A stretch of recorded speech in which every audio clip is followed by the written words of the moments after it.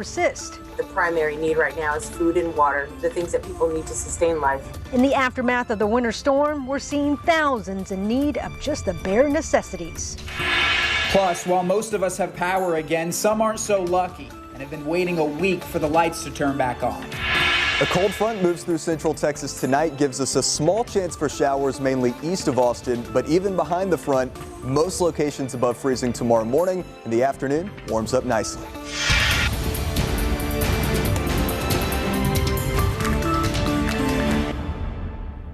Thanks for joining us here on KVUE News at 10. I'm Jenny Lee. And I'm Jake Garcia. A week ago, many of us went to bed expecting sub-freezing temperatures in the morning, and that was it. We had no idea we'd wake up to a statewide crisis with widespread power outages and eventually water shortages. Here's where things stand tonight.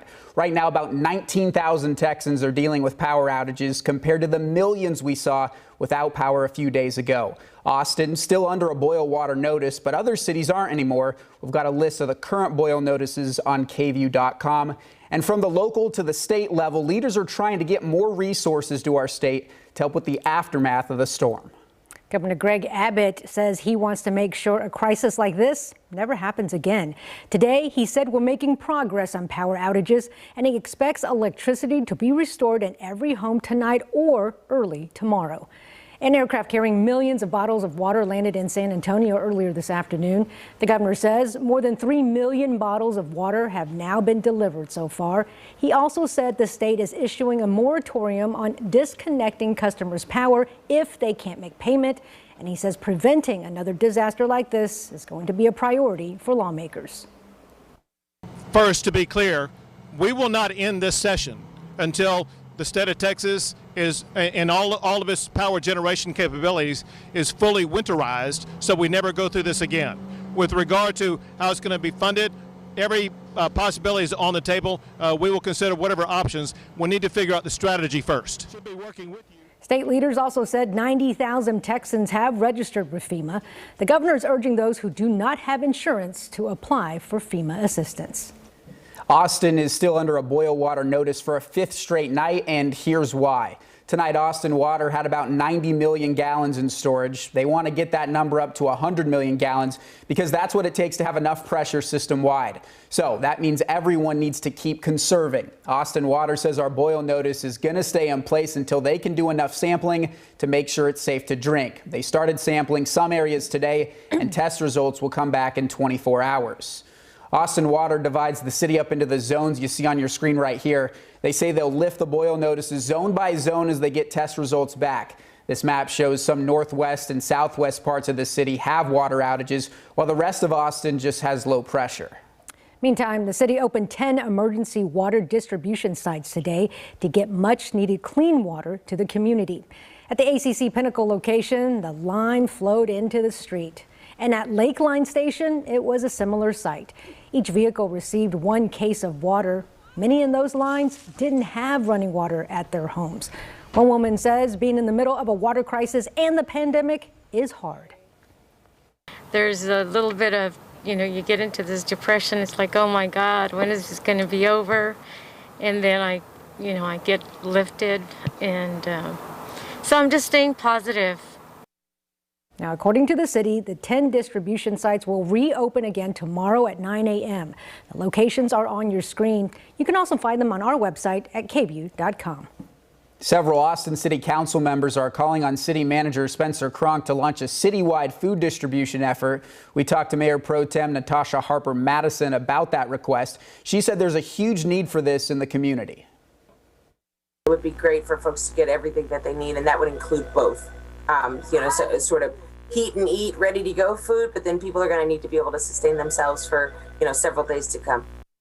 Now, we reached out to the city manager's office, but haven't heard back yet. When we spoke to Harper Madison this afternoon, she said she hadn't heard from him either. Now, while water is still a problem in Austin, the power shouldn't be for most Austinites. Austin Energy's outage map shows nearly 100% of customers have power tonight. Just 24 customers are without power right now. And at one point tonight, that number was actually 0. At our peak just a few days ago, more than 200,000 customers didn't have power. While many had their power restored in parts of Central Texas, some Pflugerville residents are still waiting for their lights to turn back on. KVUE's Marty Salazar joins us live from Reserve at West Creek in Pflugerville. Marty, some of those residents lost power for an entire week. Jenny, Jake, we actually just found out that crews are here in the neighborhood fixing these power outages. And I want to be clear, they started showing up when we started asking questions about why residents were left without power for so long. And even though this is an exciting site for the residents in this neighborhood, they say they're wondering why it took so long. It's ridiculous. And it's unacceptable, and it's a failure on so many levels and on so many individuals. The snow melted away at the Reserve at West Creek in Pflugerville, but the problems stayed. I think that Encore owes it to us. We pay our bills, all of us do, to at least call us and say, you know what, here's the problem in your neighborhood. Day 7, and still no power for some Encore customers in this neighborhood. And they just want to know why. We've all been pitching in and kind of helping each other out, the neighbors here. Had to pack my little bag and throw my stuff in it, and she came and got me, and I've been living with her. But it's not my home, it's not my home. And I'm worried about my home. An Encore representative says their crews are working to replace damaged equipment on Sunday night. Encore says the damage is likely a result of the transformers having to quickly power back up massive amounts of energy after the controlled outages stopped. The rep says they're reaching out to customers, but the Reserve neighbors say they're disappointed with the lack of communication. There are so many of us, and I can't stress that, children, elderly, pets. We're out of our homes. I feel very neglected, and most of my neighbors do. Encore rep says that they're working 24/7 to restore power all over Texas. And they say in the southern region, which includes Round Rock and Pflugerville, it'll take almost today and tomorrow to fix these outages. I have seen a ton of trucks pass by through this street here in this neighborhood, and they say they still have, on their outage map, it shows that they still have more than 600 customers to help fix those outages. Jake, back to you. You can just hear the emotion and the desperation in their voices. We certainly hope that their power comes back soon. That was Marty Salazar reporting from us in Pflugerville tonight. Thank you, Marty. Hunter Williams joins us now. Hunter, at this point last week, I don't think anyone knew what we were getting ourselves into. And I know tonight you have a much better forecast for the week ahead. Yeah, thankfully it's now a much improved forecast for us, but it was really exactly a week ago at this time when heavy snow was moving into Central Texas. And now behind me you see a much quieter radar picture, and our temperatures much warmer. We have 50s and 60s tonight as a cold front eases through. But even behind this front, it is not Arctic air, so just a small cool down for tomorrow. We're not even expecting widespread freezing temperatures. Here's a look at that front now, and there's basically no rain along it at the moment. However, we'll keep a small shower chance southeast of Austin between now and about 2 a.m. overnight, but outside of that, we should be dry, especially I-35 corridor and west across the hill country. Look at our lows, 41 for Austin, not going to be a freeze. The only locations that I think could see freezing or sub-freezing temperatures would be a few of the coldest locations across the hill country. And even there, we're not expecting that to be widespread. Look at our 3-day forecast. Briefly back to the 60s on Monday, but still, all things considered, that's a really nice afternoon. Tuesday morning above freezing, 74 for the high. Wednesday pushing 80. Jake, Jenny, we have another front that will move through by Wednesday night, but even behind that one, I am not tracking any temperatures below freezing. Great news for us, and we'll go over that 7-day coming up in a bit. Bringing the news that all the Central Texans want to hear tonight, Hunter. Indeed. All right, Hunter, thank you so much. Well, grocery shelves got cleaned out when they reopened after the storm, and some stores are still low on certain items. So today, shoppers turned to farmers market to restock on groceries. Photojournalist Heikki Moosonen shows us how busy things got at the Texas Farmers Market at Miller. This is the busiest I've ever seen it, and I've been doing the farmers market for a couple years. The last 2 days have been my best days ever at the market. We had to scramble and harvest everything we could for the markets today and yesterday, and everybody really turned out. It seems like we're going from one crisis to another. I mean, we're all in this together. I think we found out that Austin is a great city for a community and helping each other out. I was really happy to have enough food to provide. You can tell things are running out just as quickly as they were at the grocery store, but there's still some items left, and I got myself some fresh meat. And there's like some spare ribs. I know the store shelves are empty, so it's nice to be able to provide the community with a little food here. That's St. Louis style. And then I've got some shoulder steaks left. People helping one another. Thank you too. I haven't had a vegetable in days, and yeah, a lot of people have been really thankful for us showing up. And so we're so grateful to be surrounded by a great community. And of course, shoulder roast. That's just excellent for making pulled pork or putting in a crock pot and just stewing for several hours. People are smiling. It feels kind of like some sort of community within COVID. Hopefully we'll be bringing more stuff to the market next week. That is a story that makes you smile, right, Jay? It's nice to see. All right, well, it's been a tough week, but Texans know how to step up to the plate in hard times. Just got to look after each other. I mean, at the end of the day, no matter what situation we're in, we're all in it together. How people are helping each other and making sure their neighbors get through the aftermath of the winter storms.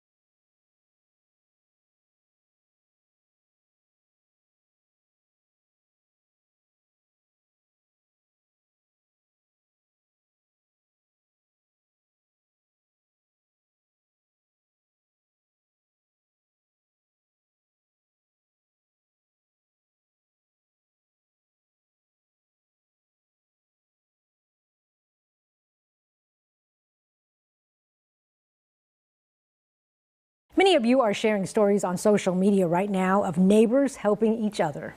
Across Central Texas, people have taken it upon themselves to offer food, water, or a place to stay. Danny Spiewak shows us how this grassroots show of empathy has brought the community closer. The empty grocery shelves are an unsettling sight. It's amazing when it comes to your hometown and you're like, this is what's happening here in our shelves. So Allison and Jacob Massengale put out the call on Facebook, open this weekend. At Nameless Farm in Leander, they offered produce, meat, and baked goods to a community struggling for fresh food. The joy was amazing. It was off the charts. I've never seen people so thankful for groceries before. Alyssa Young, the owner of Austin-based dessert caterer Cake Llama, felt that desperation too. We can't just sit here and do nothing. It kills me. Young went into action, baking fresh bread for free and working with delivery drivers to hand out sandwich kits from Austin to San Antonio and everywhere in between. There's a lot of small towns that are destroyed right now. And it's bad. Like you have one grocery store supporting 3 or 4 towns. These are just a few examples of Texans helping Texans. Former UT All-American Michael Huff paid for 1,000 tacos to give out in Austin. Colt McCoy and others worked with the group Safe Horns to help thousands of students on campus. A brewery in Killeen boiled 600 gallons of water. And Alyssa Young sent us this photo of an approved water giveaway from a fire hydrant. No matter what situation we're in, we're all in it together. That's why Allison and Jacob Massengale opened not only their farm, but their bathrooms. We had neighbors coming over, taking showers in our house, which is always uncomfortable.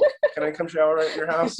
We're like, yes, come shower. Yes, you can. After all of their generosity, they received some themselves as donations to their farm poured in from across the country. So they were sending money and saying, buy some bags of groceries for people. It was beautiful. Danny Spiewak, KVUE News. That is beautiful. I love seeing that. Neighbors helping neighbors. We went through so much this past week, but the one thing that I can say with confidence is that the community really rallied for the people that needed it the most. Absolutely. Hunter, you're going to reward all of us with a great forecast this week. Thankfully, we are not tracking any Arctic air over the next 7 days. Nothing even remotely close to what we had last week. I think we earned some sunshine. We earned some warmer weather here in Central Texas, and that's what we have in the forecast. We'll start with a live look up in Williamson County from our Kalahari Resorts and Conventions camera. At this time a week ago, as we said earlier, heavy snow was moving in. Not the case. It's a pretty quiet evening out there right now. In our numbers today, we overachieved again. We were thinking we'd stay in the upper 60s. We warmed into the mid 70s. 76 was the afternoon high for Camp Mayberry, 76 at the airport. Those numbers, believe it or not, well above average for this time of the year. I like the sound of that. Tonight, weak cold front is moving through, so a small shower chance. We're talking 20%. That may even be a bit optimistic for areas southeast of Austin. The important part, though, even behind this front, Austin does not drop down to freezing, just down to 41. And even the coldest spots across the hill country will mainly remain above freezing behind this front as we go into tomorrow morning. We're looking at 60s and 50s now, 66 in Austin, Georgetown 59, 56 in Burnett, Fredericksburg right now at 56 also. And here's a look at that front. Now the green that you see on the map here, some little kind of returns showing up there. That's just clutter. We're not tracking any rain right now. However, there is a small chance, especially over Caldwell, Bastrop, Lee, or Fayette counties, that between now and about 1 or 2 a.m., as this model is showing, that a light shower could develop. But for the Austin area, hill country, we're not expecting rain. And even here to the southeast, it's a fairly low-end chance at that point. So maybe a sprinkle overnight while we're sleeping. By about 2 a.m., that moves down to the south. And tomorrow morning, we're clearing out. 41 is the temperature in Austin, above freezing. 30s across the hill country. Mason, Llano showing about 34. So again, could some of those coldest pockets drop down to a light freeze? Maybe, but it's not going to be Arctic air, okay? We're not tracking anything like that in our forecast. Tomorrow afternoon, really nice. We're looking at upper 60s. Some may even hit 70 for the afternoon. That is briefly cooler, but quickly we trend warmer again heading into Tuesday and Wednesday. So upper 30s, low 40s for Tuesday morning, no freeze. Then the afternoon, well into the 70s, about 74 for the afternoon high in Austin. And it goes even warmer. I think by Wednesday we could be pushing 80. Notice the numbers do fall off, though, by Thursday and Friday. That's when we're tracking our next front. So that's going to move through by Wednesday night, it looks like. No rain chance just yet on Wednesday. However, by Thursday, we're going to kick off some rain chances. So about a 40% shot on Thursday into Thursday night. We'll keep a scattered rain chance into Friday as well, especially early in the day. And then over the weekend, the models are not in great agreement, but we'll keep at least an isolated shower chance into Saturday and Sunday.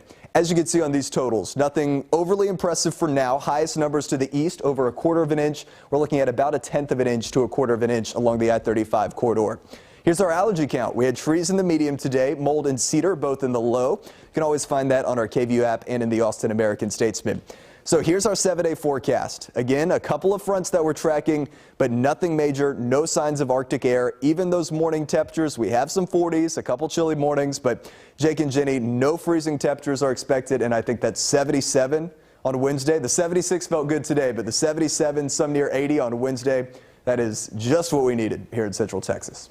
Absolutely, I agree. I still cringe just a little bit when I see clouds and a little bit of rain in the forecast. Yeah, no PTSD, snow, right? no winter weather, nothing to get like over that. this. Yeah. Absolutely. Thank you, Hunter. Well, the Texas women's basketball team puts another win on the board. What head coach Vic Schaefer learned about his team after all and the rest of our community endured this week.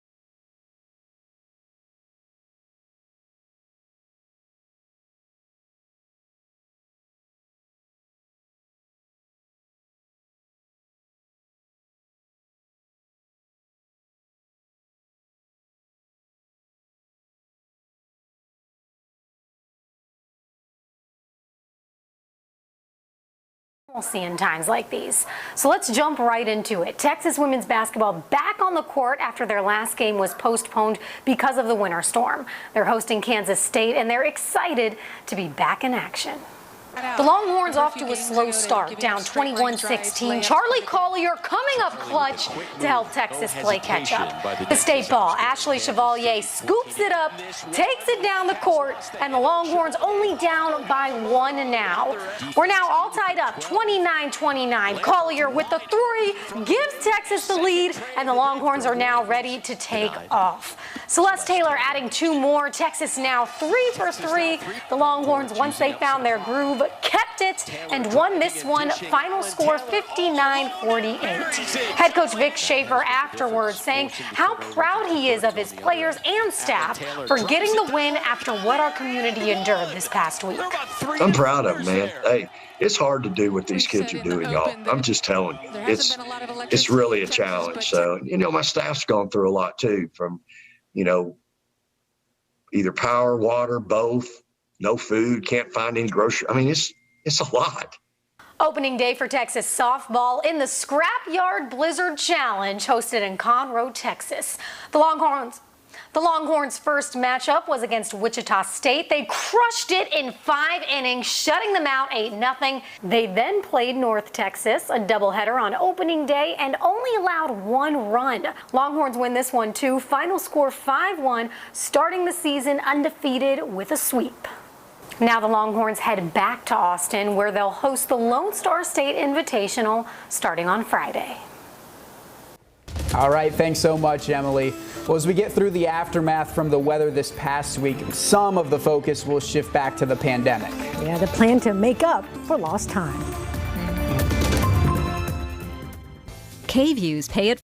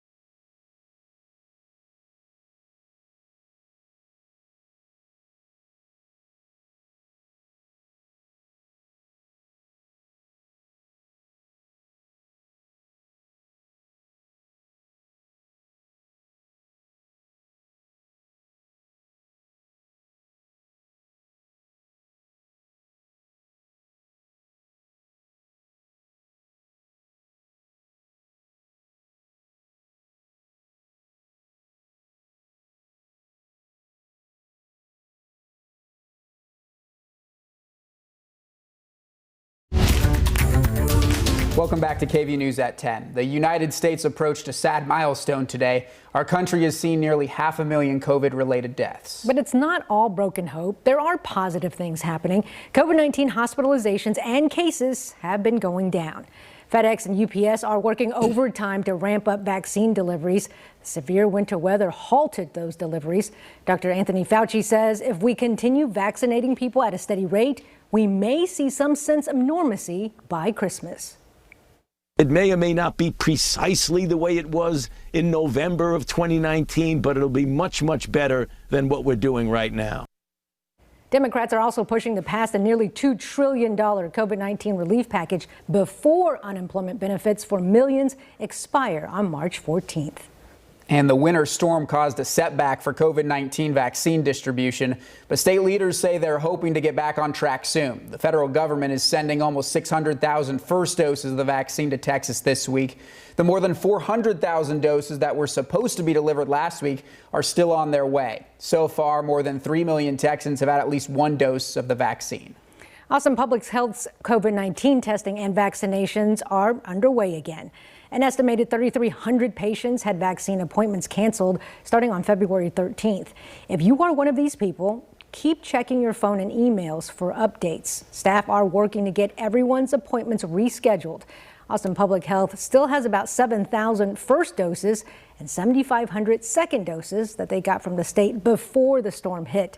They say they're going to use additional city and county resources to get people vaccinated as quickly as possible. The COVID outlook in Central Texas is getting better. Austin Public Health says our 7-day moving average of new hospital admissions continues to improve, but they're not moving us to stage 3 just yet. They say the weather caused a lack of testing and a delay in case reporting over the past week. If we move to stage 3, a non-essential travel recommendation would be lifted for people who are low risk. High-risk individuals would be asked to avoid social gatherings of more than 10 people instead of 2.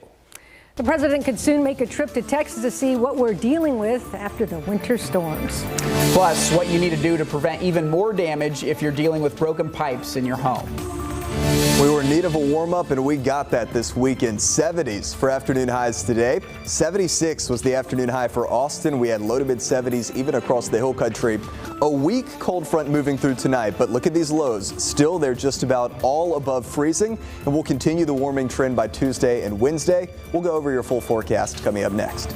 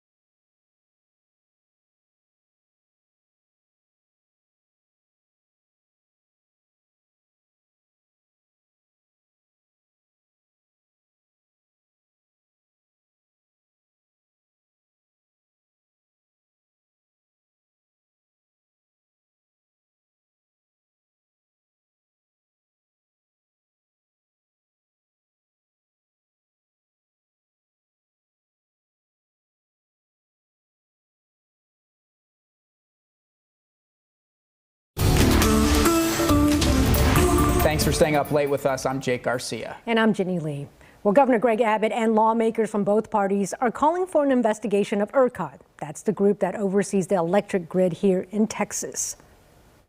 We can never have a situation when we know, at least ERCOT knows, we're going to be dealing with high power demands. We should never run short of power again. Texas is the energy state. We need to make sure that we translate that into power generation to make sure that the power stays on. On Friday, Attorney General Ken Paxton announced he's launching an investigation of ERCOT and other power companies across the state. Meanwhile, FEMA is working on getting more resources to Texans in need. They've already delivered 750,000 liters of water, fuel, and blankets as well. We're shipping that as far away as Atlanta and other places and purchasing it and emptying our warehouses right now into Texas. And in many cases, we're putting double drivers so the trucks could drive straight through there. President Joe Biden issued a major disaster declaration for parts of Texas, which is helping bring more resources to our state. Speaking of which, we don't know exactly when, but the White House press secretary says President Biden is making plans to come to Texas to take a look at the aftermath of the winter storm. And he is eager to go down to Texas and show his support, but he's also very mindful of the fact that it's not a light footprint for a president to travel to a disaster area. He does not want to take away resources or attention, and we're going to do that at an appropriate time in coordination with people on the ground. Could be as soon as this week. Houston's mayor says it would not be a burden for the president to make a stop in the Lone Star State. Well, he certainly can come now. We certainly would welcome him, and he would not be a distraction, neither a burden. The White House press secretary also says the president has been in contact with Governor Greg Abbott, and he's getting regular updates on the situation here in Texas. The family of Christian Pavon is now filing a $100 million lawsuit against ERCOT and Energy. Christian is the 11-year-old Texas boy who was found dead Tuesday afternoon after his home in Conroe lost power during the night. The family is suing the power grid operator and electricity provider for gross negligence. The City of Austin is increasing its home repair program funding by $1 million. The program helps eligible homeowners who need to make repairs after the winter storm. Housing and Planning Director Rosie Truelove says their priority is to mobilize resources to low to moderate income Austin homeowners who were impacted. Austin ISD is canceling classes tomorrow and Tuesday because of issues with power and water, but the district isn't letting families go hungry. They're offering free meals to students and their caregivers at 31 locations around town. That's from 10:30 a.m. to 1:30 p.m. tomorrow. We have a full list of those locations on KVUE.com/links. The district will resume its regular curbside meal service on Thursday. Austin ISD will have remote learning for all students on Wednesday and Thursday, and Friday will be an asynchronous learning day. Now, we know so many of you are still without running water, so the YMCA is trying to help out. Tomorrow, some locations are opening up their locker rooms to the general public, allowing anyone to take a hot shower for free. If you're interested, you must bring your own towel and bathing supplies. The locations are listed on your screen. We have all the details. Just go to our website at KVUE.com. Now that we're out of the cold weather, so many people are dealing with pipes bursting and flooding in their homes. Cleanup is crucial to make sure the leaks and the flooding don't create even more issues like mold down the line. Tonight, Erica Ferrando has some important information to help you pick up the mess. Everything's flooded. It's become an all too common sight across Texas. Flooded areas and homes due to pipes bursting from the freezing weather. If you detect a leak, you need to turn off the water supply immediately, then call a plumber.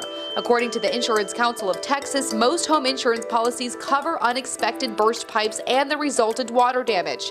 That's why it's important you document everything. Take pictures of the damage and keep receipts of expenses to fix it and clean up.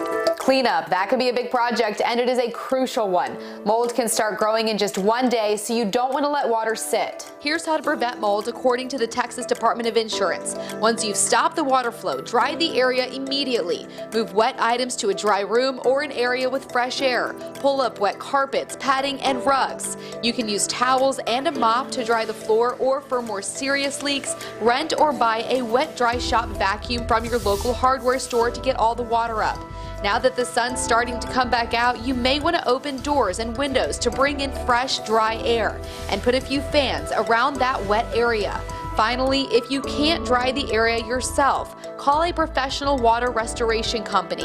If there is obvious wall damage, floor damage, or signs that mold may be growing, this may be your best option. Because keep in mind, the more time that passes without treatment, the more those busted pipes will cause an even bigger headache. Reporting for North Texas, I'm Erica Ferrando. Hunter Williams joins us now. And Hunter, so many people are cleaning up here in Austin that this weather came at a perfect time. Yeah, unfortunately, that's the reality for a lot of Central Texans this week. But weather-wise, it is a huge improvement in our forecast. We are not tracking any sub-freezing temperatures for at least the next 7 days here in the Austin area. We do have a weak cold front moving through tonight, but it is not going to bring in a very significant cool down. So it's fairly uneventful outside right now. Take a look at our temperatures. We have 50s and 60s, 66 in Austin, Georgetown at 59. As we said earlier in the show, this was the time exactly a week ago where our big snowstorm was moving in. Not the case tonight. Just a weak front moving through. Chilly tomorrow morning. We're talking 30s and low 40s, but not much in the way of freezing temperatures. The afternoon pretty nice. And then we quickly start the warming trend again. Tuesday into Wednesday, it's 70s, and by Wednesday, pushing 80 degrees for some spots. Here's our hourly forecast tonight for the Austin area, down to about 41 for the morning low. The coldest spots in the hill country could have some low to mid 30s, maybe a light freeze for the coldest spots, but not widespread. Here's a look at our front that's moving through, and you see some green now showing up. That is mainly clutter. I do not think at this time that we have any rain, at least none that's reaching the ground. However, there's a low chance in some isolated showers southeast of Austin tonight, midnight to 2 a.m. or so. It would mainly be over Caldwell, Bastrop, Southern Lee, and Fayette counties. Austin area, hill country, we're not expecting rain. By 2 a.m., that's moving down to the south, and that's it for the rain chance. Tomorrow morning, Austin, again, 41, low to mid 40s east. Hill country, though, some 30s are possible. Mason, Llano around 34, so could the coldest spots drop down to a light freeze? It's possible, but it will not be a widespread issue. That's the last thing we need. The afternoon, sunny, really nice, 68 for the afternoon high. Some places like Llano could hit 70 degrees. And the warming trend, that will start again on Tuesday. So tomorrow, briefly cooler. Tuesday, Wednesday, warmer again. Upper 30s, low 40s for Tuesday morning. Then the afternoon high for Tuesday in Austin, 74, widespread low to mid 70s. And as I said earlier, by Wednesday, forecasting 77, we may even need to increase that. Some areas could be pushing 80. Then another cool down by Thursday and Friday with our second front of the week. But even with that cool down, we're talking more clouds, more rain chances, but not freezing temperatures. So here's Wednesday, 3 o'clock as this is moving through. Do not think that we'll have a rain chance on Wednesday. That's mainly down to the south. However, starting on Thursday, now we have about a 40% chance of showers Thursday into Thursday night and continuing into about Friday morning. Here's 7 a.m. Maybe trending drier by the second part of the day on Friday. However, the models are not in great agreement in the forecast starting this weekend. So we'll keep at least small rain chances into Saturday and Sunday for now. But these rainfall totals, not overly impressive at the moment. We're looking at less than 1/10 of an inch across the hill country, Austin, I-35 corridor, a 1/4 of an inch down to 1/10 of an inch. Higher numbers such as over a 1/4 of an inch. That's going to be mainly for areas to our east. Here's our allergy count. Our allergy machine is now thawed out enough that we can continue to do our count. We have cedar in the low, trees in the medium, mold was in the low today. You can always find that count each and every day in the Austin American-Statesman. So here's our 7-day forecast. 68 for tomorrow. That's going to be the extent of our cool down. The mornings stay above freezing. 74 by Tuesday, Wednesday at 77. Then that second front moves through, but even behind that one, although our highs trend cooler to the upper 50s, low 60s Thursday and Friday, still the mornings I think are 40s at the coldest, so not freezing temperatures. And with the rain chance, Thursday night, about a 40% chance of showers, 30% Friday, especially early in the day. We'll keep an isolated shower chance into Saturday and Sunday. But Jake and Jenny, the main takeaway for this, at this time last week, we were tracking bitterly cold, historic low temperatures. This week, it's a much more normal Central Texas forecast as we continue to thaw out. At least we have a few days to dry out before the next front comes. Yeah, I think the earliest possible rain chance, aside from the small sprinkle chance tonight, would be Thursday. So 3 days at least. Thank you, Hunter. Capital Metro resuming normal schedules tomorrow, and they're offering free fares through the end of the month to help people recover from this recent storm. They're hoping people use bus and rail rides to get to the resources they need. They're also adding shuttle services to water distribution sites at the Onion Creek Soccer Complex, ACC Pinnacle, Roy G. Guerrero Park, and Walnut Creek Park. All that trash piling up in your house will be picked up soon. Austin Resource Recovery Services resume tomorrow. They had to stop trash and recycling collection this past week because of the weather. Austin's transportation department has been hard at work getting our roads back to normal. This weekend, they worked 24/7 to fix more than 1,000 traffic signals. The transportation department tells us all signals have been restored except for 3 of them because of more severe power issues. And as if the winter storm wasn't unforgettable enough, one Houston family added a member to their family this past week, and their delivery was an all-hands-on-deck effort. I could not imagine. While everything was shut down, they welcomed a baby to the world at home. Here's Janae Bluda. With February 17th as his due date, Clyde Joshua Passman decided he would come into the world a day early. Oh my God. Good. Oh my God. As fast as he could. It went just really fast. It was so shocking. But for Mom Jenny and Dad Josh, the timing wasn't the best in the middle of an ice storm. So there wasn't time to call an ambulance and hope they can get all the way out to Magnolia in the ice. It probably would have been birth at home no matter what. So with no power, no running water, and no midwife, Dad quickly went to work. Four-wheel drive truck that I drove. First, he drove to pick up their midwife. You just lift this up. Then siphoned gas for the generator to power the lights, and the fireplace gave them heat. The extension cords were just flying everywhere. Then Mom did her part. She gave birth, like not even an Advil, right? Like, you know, here's some hot water and here's the midwife and, you know, good luck, kid. It was pretty amazing stuff. And 6 a.m. Tuesday morning. 6 on the dot. Clyde Passman. You did it. Clyde came into the world. Oh my God. In the middle of a powerful winter storm and a pandemic, the world got a beautiful, healthy baby boy. For Jenny and I, we're just real grateful. I got to keep telling you that we're grateful. Oh boy, can you imagine? No. Congratulations, family. Clyde's going to be one tough little boy. I thought I had a lot to deal with this week. It's nothing compared to that. That's right. It was a miracle, though. Well, we know power outages were the root of a lot of frustration this past week. And some have made claims about how much renewable energy contributed to that. Our Verify team looks into it next.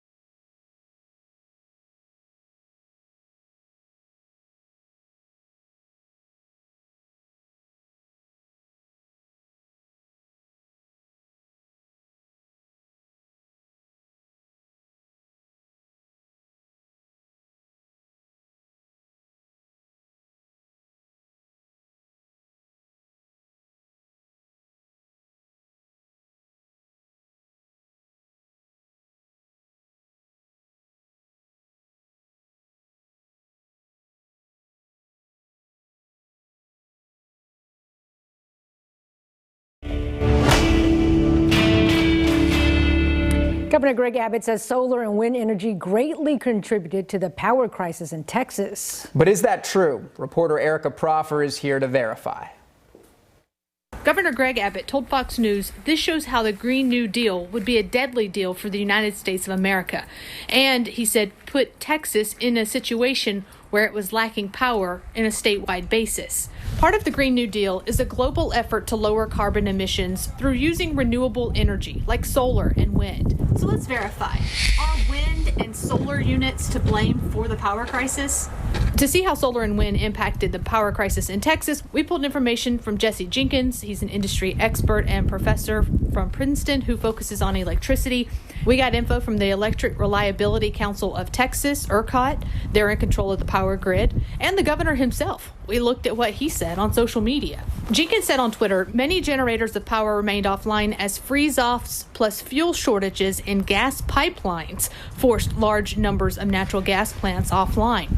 Quote, the breakdown of thermal outages by fuel type is unclear. What happened is we had this tremendous storm. We saw the demand for electricity spike way beyond what we've ever seen in the winter months in Texas. Usually summer is when we use the most electricity. And that storm that was spiking that demand also brought the generation down because of the issues that folks had for various reasons with all different kinds of generation resources. The governor himself noted fault with using fossil fuels. His Twitter account shows the ability of some companies to generate the power has been frozen. This includes the natural gas and coal generators. So are solar and wind units to blame for the power crisis? We go with false. What we found is the blame can be shared among everyone. With your verifying KVUE defenders, I'm Erica Proffer, KVUE News. And if there's something you want us to verify, we'd like to hear from you. Just send us a text to 512-459-9442. We'll have our Verify team look into it. All right, let's take a live look outside, or it's downtown Austin. You can see many people are conserving energy tonight. Yeah, the power is not really out for anyone anymore in Austin, so it's good to see that we're still being a little bit mindful about getting back on our feet. When we come back, Hunter Williams will have a final look at the forecast. Ready, set, go.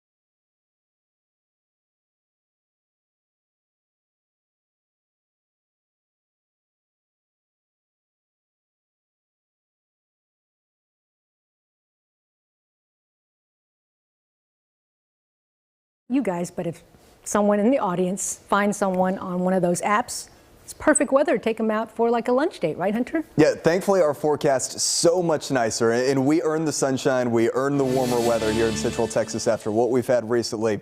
68 the afternoon high tomorrow. The morning a little bit chilly, but that's 68. That's the little cool down behind our cold front moving through tonight, and that's pretty much it. We're warming up again already by Tuesday. 74 for the afternoon high. Morning still safely above freezing. Wednesday, upper 70s. Some could be pushing 80. But we are a little bit cooler following a second front by Wednesday night. So upper 50s, low 60s for Thursday into Friday. We'll also bring in rain chances. But notice those mornings, 40s, not 30s. So even with the cool down, it's not below freezing. 40% rain chance Thursday into Thursday night. We'll keep that into Friday morning. And then the model's a little bit iffy on the Saturday, Sunday time frame. But for now, we'll keep an isolated shower chance in the forecast. But Jake and Jenny, as I said earlier, the big takeaway in this forecast, no more Arctic air, much improved weather for us. Let's all make a date and just go outside. There we go. 3 days in the 60s, 3 in the 70s this week. That deserves a round of applause. All right, thanks, Hunter, and thanks so much for joining us tonight. Still hard to find a spot.